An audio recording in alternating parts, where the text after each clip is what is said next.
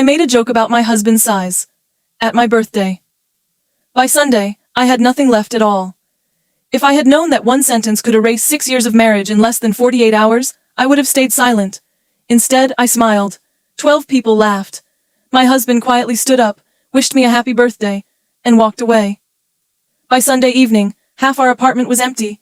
My family refused to defend me, and I realized the cruelest joke at that table had never been about my husband. It had been about the kind of wife I had become. My name is Valeria Moreno. I was 33 when I destroyed my own marriage. My husband, Diego Alvarez, was 36. He wasn't loud or flashy. He was the man who remembered birthdays without Facebook reminders, fixed everyone's broken furniture, and stayed after every family gathering to help clean while everyone else disappeared. People called him dependable. I called him predictable. Looking back, I confused kindness with weakness. The dinner was held at my favorite rooftop restaurant overlooking the city. My younger sister, Camila, organized the guest list, while Diego secretly paid for everything weeks in advance. There were flowers on the table, a violinist playing in the corner, and a cake designed exactly the way I had once described months earlier. I barely thanked him. The wine flowed quickly. Everyone became louder with every refill. Stories about embarrassing relationships filled the room. Someone joked about snoring. Another complained about bad dancing. Every story earned another round of laughter. Then my best friend Sophia looked directly at me. "Come on, Valeria," she grinned. "Tell us something embarrassing about Diego." I had dozens of harmless stories. I could have talked about his obsession with organizing the pantry. I could have joked about how he folded towels with ruler-like precision. Instead, I reached for something cruel because I wanted the biggest laugh. I leaned back in my chair. "You know," I said, smiling, "Diego proves confidence really can make up for certain physical limitations." I pinched my fingers together. The table exploded with laughter. For 1 second I felt like the funniest person in the room. Then I looked at Diego. He wasn't angry. He wasn't embarrassed. He simply looked tired, as though he had heard that joke 100 times before. He slowly placed his wineglass on the table. "So that's tonight's entertainment?" he asked quietly. Instead of stopping, I laughed harder. "Oh, relax," I said. "Everyone knows I'm kidding." The room suddenly became much quieter. Diego stood. He straightened his jacket and looked around the table. "I hope everyone enjoys the rest of the evening." Then he looked directly into my eyes. "Happy birthday, Valeria." He walked away without another word. Nobody chased him. Nobody stopped him. I pretended not to care. The drive home felt strangely silent. His car wasn't in the garage. Inside the apartment, the dining table was covered with unopened birthday gifts. Beside them sat a single envelope with my name written across the front. Inside was a handwritten letter. It wasn't dramatic. It wasn't angry. It contained one sentence that made my stomach twist. "I finally realized the person I protect the most is the only one who enjoys hurting me." I read it 5 times. Still, I convinced myself he was overreacting.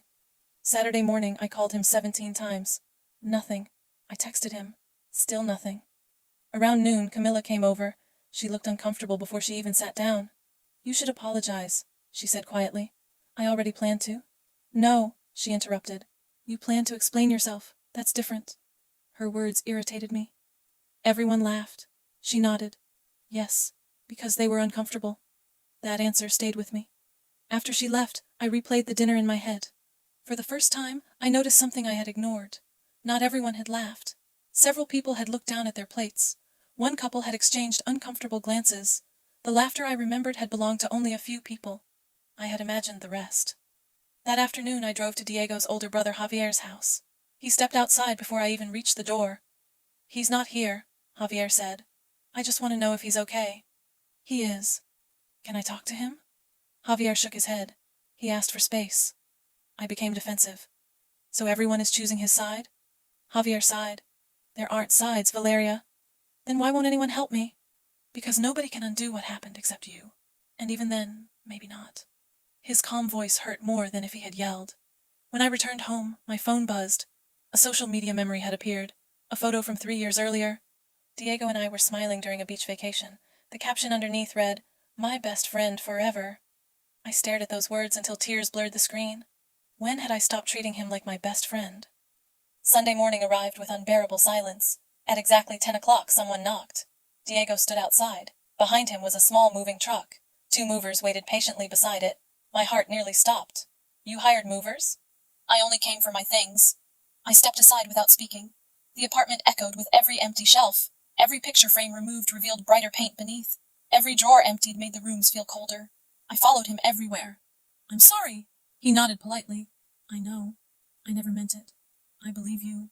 Then why are you leaving? He stopped folding his clothes. Because intention doesn't erase repetition. I frowned. What repetition? He opened his wallet. From inside, he unfolded a tiny piece of paper. It contained dates, family barbecue, Christmas dinner, wedding anniversary, office party. Next to every date was a different comment I had made at his expense. Some were about his appearance. Others mocked his personality. Others questioned his masculinity. I couldn't deny a single one. I started writing them down, Diego said quietly, because I wanted to know if I was imagining it. My legs felt weak. I never realized. I know. Those two words shattered me, because they were true. I had never realized, not because I couldn't, because I never bothered to. The movers carried out the final box. Diego picked up one framed photograph from our wedding. He studied it for several seconds. We looked happy. We were, I whispered. We could have stayed that way. He placed the photo inside the box. I loved making you laugh. His voice trembled slightly. I just never thought one day I'd become the joke.